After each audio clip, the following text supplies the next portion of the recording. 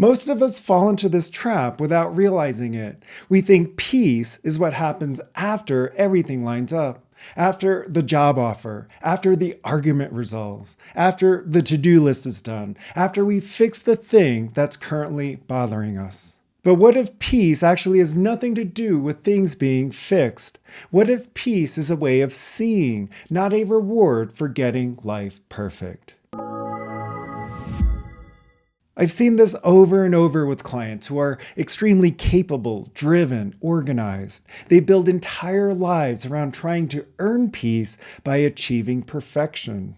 And they still feel restless, even when they get the outcome.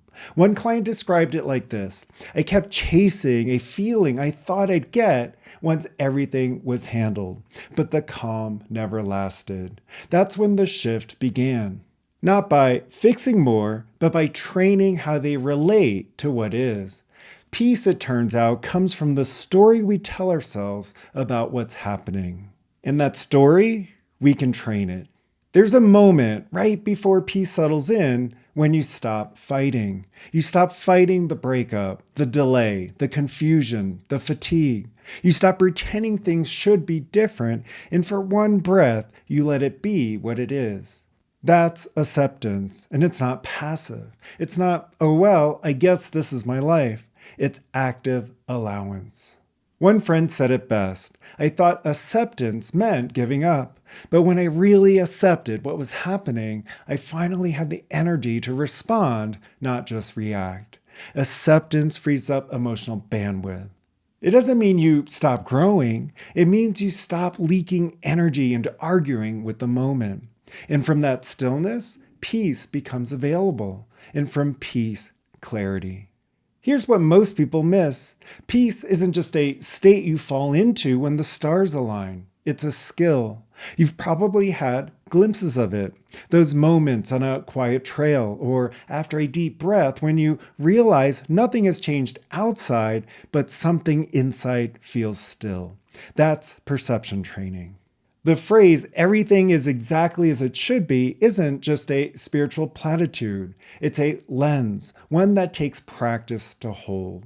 It doesn't mean you love what's happening. It means you're choosing not to make it wrong. And the more you practice that perception, especially when things are messy, the easier it becomes to access peace without needing your life to be perfect. A client I worked with had just lost their job. At first, they were stuck in, this isn't fair, this isn't how things were supposed to go. But after some practice, that inner dialogue changed. It became, what if this isn't a setback? What if it's a setup for something I couldn't see before? That shift didn't change their external circumstances right away, but it changed how they showed up. And that changed everything else. There's this fear a lot of driven people have. If I get too peaceful, I'll lose my edge. That's not true. In fact, it's the opposite. When you're creating from peace, you're not weighed down by inner resistance. You're clearer, sharper, more creative. You're not wasting energy battling your own nervous system. You're moving forward with yourself, not against yourself. One client, a business owner, used to operate from a place of tension all day. When we started working together, they told me, I'm scared if I let go of the stress, I'll stop performing. But what they found was this: the stress was actually slowing them down. It was creating decision fatigue, tunnel vision, and burnout. Once they trained peace as a baseline, not a reward, but a starting point, they became more productive, not less. The drive was still there, but now it was clean, clear, powerful, not frantic. And so let's get really practical for a second. You know how sometimes you're in a reactive state, stressed, anxious, wound up, and you make a decision just to get out of the discomfort. You send the email, say the thing, commit to something, and later regret it. That's what happens when your nervous system is in fight or flight. But when you take action from peace, you access wisdom. You're not trying to escape a feeling, you're actually present with it. And from that place, you see more, feel more, choose better. One friend shared this after a heated family situation. I waited until I felt calm before calling them back, and the conversation went completely differently than I expected. I didn't need to win, I just wanted to connect. That's the power of peace. It doesn't remove the challenge, it changes the way you meet it. And so here's something to reflect on. If you slow down right now, what's the emotional signal you're actually ignoring? What emotion would rise to the surface if you weren't so busy pushing it down? And so let's challenge an old belief, the one that says growth has to hurt, that you can't evolve without grinding, struggling, or suffering first. You've probably heard it, no pain, no gain. It's everywhere in gyms and hustle culture, even in personal development. And yes, effort is real. Discomfort is part of any meaningful training. But struggle, as in emotional resistance, inner tension, constant self-judgment, that's not a prerequisite. That's a pattern. You don't have to suffer to grow. In fact, when you learn to create from peace, you begin to enjoy the process, not just chase the outcome. You show up for practice, not panic.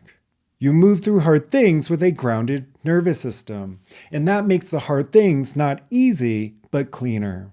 One client put it like this: I used to white knuckle my way through change. Now I actually like who I am while I'm growing. That's a profound shift, and it's possible for anyone, including you. There's a moment you've probably felt before. You're outside, the sun is setting, or you're sitting across from someone you care about, physically still, yet deeply engaged, and something shifts. You feel it. This is exactly where I'm supposed to be. Nothing magical happened, nothing got fixed, but your lens changed. You stopped searching, fixing, analyzing, and started participating with your full attention. That perception, it's trainable. Not to bypass reality, but to fully engage with it.